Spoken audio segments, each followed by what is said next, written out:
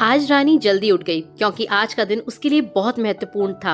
अकेलापन दूर करने के लिए अपने लिए जीने का एक कारण घर लेकर आ रही थी। देखा जाए तो बहुत खुश भी थी और थोड़ी सी नाराज भी थी क्योंकि पिछले 7 साल की यादें उसे रात भर सोने नहीं देती थी और अब स्वस्थ बैठने भी नहीं देती थी। चाय का कप लेकर वह गैलरी में आकर बैठी और गुजरा हुआ कल उसकी आंखों के सामने आने लगा। बेटा, तुम्हें ऐसे नहीं जाना चाहिए था। शादी होने के बाद उसे अंत तक निभाना आना चाहिए। ऐसा ही समझो कि तुम्हारा नसीब ही खराब है। कोई क्या करेगा? अगर माँ बन सकती तो बात ही अलग होती। मैं माँ नहीं बन सकती, इसमें मेरी क्या गलती है? यह सब मेरे हाथों में है। क्या माँ नहीं बन सकती मतलब मैं इंसान नहीं हूँ? मेरी कोई फीलिंग्स नहीं है क्या? मिनट मिनट में मेरा अपमान करने वाले, मेरा जीना मुश्किल करने वाले लोगों के साथ मैं जिंदगी कैसे बिताऊं? वह जो कहेंगे वह सुनना। रानी और माँ की यह सब बातें चालू थी तब पापा आए। ये देखो बेटा, मैं तो एक कपड़े की दुकान पर काम करता था।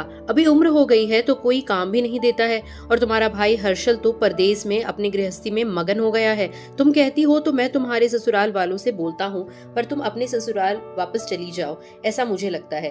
नहीं पापा, कुछ भी हो जाए मैं उस घर में वापस नहीं जाऊंगी। वहाँ पर मुझे घुटन सी होती है। वहाँ मिलने वाला अपमान, बेइज्जती से मैं थक चुकी हूँ। शादी के पहले मैं मेरे पैरों पर खड़ा रहना चाहती थी, पर मेरा ग्रेजुएशन होते ही आपने मेरी शादी करवा दी। तभी मैंने आपके दबाव में आकर शादी की, पर अभी जब मुझे आपके सहारे की जरूरत है तो आप पीछे हट रहे हो। शादी के बाद लड़की ससुराल में ही शोभा बढ़ाती है। मायके में 4 दिन ही रहना अच्छा लगता है। रानी, लोग क्या बोलेंगे? शादी मतलब कोई खेल नहीं है बेटा। पापा गुस्से में ही बोल रहे थे। उस घर वापस जाना अब मुमकिन नहीं है पापा। मैं आने से पहले ही डिवोर्स पेपर पर सिग्नेचर करके आई थी क्योंकि उन लोगों को सिर्फ मुझसे बच्चा चाहिए था जो मैं उन्हें नहीं दे सकती। अरे इतना बड़ा निर्णय लेने से पहले हमें एक बार पूछना तो चाहिए था ना। जन्मदाता हैं हम तुम्हारे। पापा, शादी होने के बाद मैं आपको बताती थी और माँ को भी कि कैसे छल होता है मेरे साथ वहाँ पर। 2 साल में कभी मुझे मेरे मन मुताबिक रहने नहीं दिया। जब मेरी रिपोर्ट आई और समझा कि मैं कभी माँ नहीं बन सकती तो वैसे ही इन लोगों ने मुझे अपने असली रंग दिखाने चालू कर दिए। कैसे रहूंगी मैं ऐसे वातावरण में? और इस सबसे भागकर अपनी जिंदगी खत्म करने वालों में से मैं नहीं थी। यह देखो बेटा, हर्षल ने दिए हुए पैसे से मेरे और तुम्हारे माँ के जैसे तैसे खर्चा चलता है। उसमें तुम्हारा खर्चा उठाना थोड़ा सा कठिन होगा। डिवोर्स पेपर पर साइन करने से पहले इन सब का विचार मैंने किया था। मेरे पास के सोने के गहने लेकर मैं आई हूँ और एजुकेशन लोन निकालकर मैं 6 महीनों का एक कोर्स करने वाली हूँ जिसकी आज मार्केट में बहुत जरूरत है। और उसके बाद मुझे अच्छी कंपनी में नौकरी मिल सकती है। मैं आपके ऊपर आर्थिक बोझ नहीं डालूंगी पापा। मुझे जीवन जीना है, संघर्ष करूंगी और कमाऊंगी। विश्वास कीजिए मेरा। सब लोग क्या बोलेंगे बेटा? क्या जवाब दोगी उन्हें? माँ आंखों का पानी छुपाते हुए बोली। माँ बोलती थी कि वक्त आया तो सच क्या है बोल देना चाहिए। जब मुझे ससुराल में जानवरों के जैसा बर्ताव हो रहा था तब कहाँ गए थे यह लोग? समाज में बड़ा करो, शादी कर दो, इतनी ही जिम्मेदारी समझाते हैं। बेटियों को बड़ा करके योग्य पढ़ाई देकर खुद के पैरों पर खड़ा करना यह माता पिता की ही जिम्मेदारी होती है, ताकि आगे जाकर कभी खराब हालत हो तो उसे इस्तेमाल कर सके। तय किए मुताबिक रानी ने 6 महीने का कोर्स किया और तुरंत उसे एक अच्छी कंपनी में काम भी मिल गया। वो बहुत खुश हो गई थी।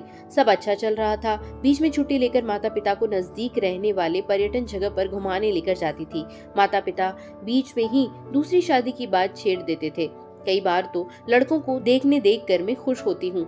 मेरे दोस्त सहेलियां हैं ना मेरे साथ, क्यों करनी है दूसरी शादी? भला इतना आसान नहीं है बेटा। एक उम्र के बाद अकेलापन खाने के लिए दौड़ता है। माँ बोली। सच हुआ उनका ऐसा बोलना। आगे 2 साल में पहले माँ और 6 महीने में ही पापा का निधन हो गया। रानी अब अकेली हो गई। हर्षल भाई और उसकी पत्नी आए और साथ में चलो बोलकर औपचारिकता की, पर मुझे उनके साथ जाकर वापस बोझ नहीं बनना था। मदद के वक्त मेरे साथ खड़े रहो, इतना बोलकर मैंने उनको जवाब दिया। ऑफिस का काम और बहुत सारे दोस्त, सभी लोग की शादी हो गई थी और वह अपने अपनी गृहस्थी में मग्न हो गए थे। जीने के लिए कोई लक्ष्य मिल ही नहीं रहा था उसे। छुट्टी के दिन ऐसे ही एक मैगजीन पढ़ते समय उसे सिंगल मॉम पर एक बात पढ़ने के लिए मिली और उसे जीने का उद्देश्य मिला। उसने उसी दिन तय किया और एक 10 साल की लड़की को गोद लेने का प्रयास चालू किया। प्रक्रिया बहुत बड़ी थी, पर बोलते हैं ना, मन में इच्छा हो तो रास्ता मिल जाता है। वैसे ही यह प्रक्रिया पूरी हो गई और आज वही दिन था कि वह उस लड़की को लेने के लिए अनाथ आश्रम जाने वाली थी।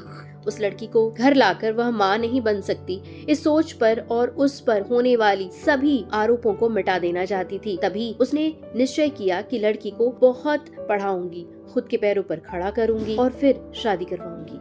तो दोस्तों, डाइवोर्स लेना कोई अंत नहीं होता जीवन का। इसके आगे भी एक बहुत बड़ा जीवन है। ये कहानी समाज के उन्हीं कुप्रथाओं का एक उदाहरण देती है। बच्चे होना एक बहुत सौभाग्य की बात है, लेकिन अगर ना हो तो उस लांछन को औरत जिंदगी भर नहीं सहती। जिस तरह ये कहानी हमें आगे बढ़ने की प्रेरणा देती है, उसी तरह जिंदगी भी हमें आगे बढ़ने की प्रेरणा देती है। आपको कैसी लगी ये कहानी कमेंट सेक्शन में जरूर बताइएगा। ऐसी खूबसूरत कहानियों के लिए लाइक, शेयर और सब्सक्राइब जरूर करें। Thank you for listening.